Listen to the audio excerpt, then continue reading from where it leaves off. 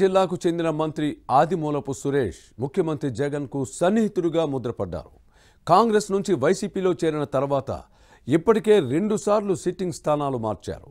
ఇటీవల మరోసారి స్థానచలనం కలగడాన్ని జీర్ణించుకోలేకపోతున్నారు. తన అనుచరులతో సమావేశం నిర్వహించి సిట్టింగ్ స్థానంలో కొనసాగించాలని డిమాండ్ చేయిస్తున్నారు. మంత్రి సురేష్ ఫ్యాన్ పార్టీలో వరుసగా నియోజకవర్గాలు మారే పరిస్థితి ఎందుకొచ్చింది? కొండపి ఇన్ఛార్జ్ బాధ్యతల అప్పగింతపై అసంతృప్తితో ఉన్నారా?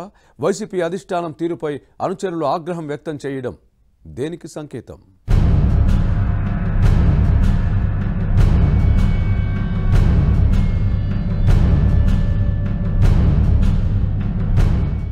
ఆదిమూలపు సురేష్ ముఖ్యమంత్రి జగన్ క్యాబినెట్ లో కీలకమైన మంత్రి.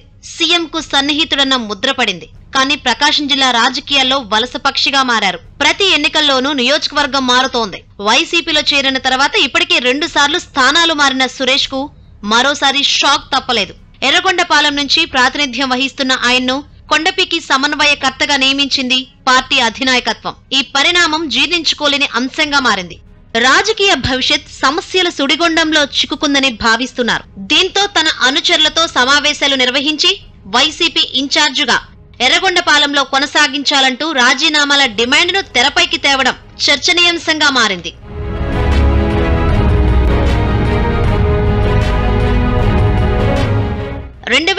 లో కాంగ్రెస్ లో రాజకీయ అరంగేట్రం చేసిన ఆదిమూలపు సురేష్ మొదటిసారి ఎర్రగొండపాలెం నుంచి ఎమ్మెల్యేగా ఎన్నికయ్యారు. 2014 ఎన్నికల సమయంలో హస్తం పార్టీకి రాజీనామా చేసి వైసీపీ కండువా కప్పుకున్నారు.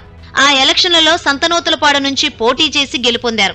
వైసీపీ క్యాడర్ నుంచి వ్యతిరేకత రావడంతో 2019 ఎన్నికల్లో తిరిగి ఎర్రగొండపాలెం మార్చడంతో విజయం సాధించి జగన్ క్యాబినెట్ లో ముందుగా విద్యాశాఖ మంత్రిగా బాధ్యతలు నిర్వహించారు. మంత్రివర్గ పునర్వ్యవస్థీకరణ తర్వాత నుంచి మున్సిపల్ పరిపాలన శాఖ మంత్రిగా పనిచేస్తున్నారు. జగన్ బంధువైన ప్రకాశం జిల్లాకే చెందిన బాలినేని శ్రీనివాసరెడ్డిని సైతం పక్కన పెట్టి ఆదిమూలపు సురేష్ ను కొనసాగించడం అప్పట్లో హాట్ టాపిక్ గా మారింది. అయితే ఎర్రగొండపాలెంలో ముఖ్యమంత్రి సామాజిక వర్గం ఆదిమూలపు సురేష్ ను కొంతకాలంగా వ్యతిరేకిస్తోంది. తాడేపల్లి ప్యాలెస్ లో ఫిర్యాదు చేసింది. దీంతో కొండపి వైసీపీ ఇన్ఛార్జు బాధ్యతలను అప్పగించాలన్న చర్చ సాగుతోంది.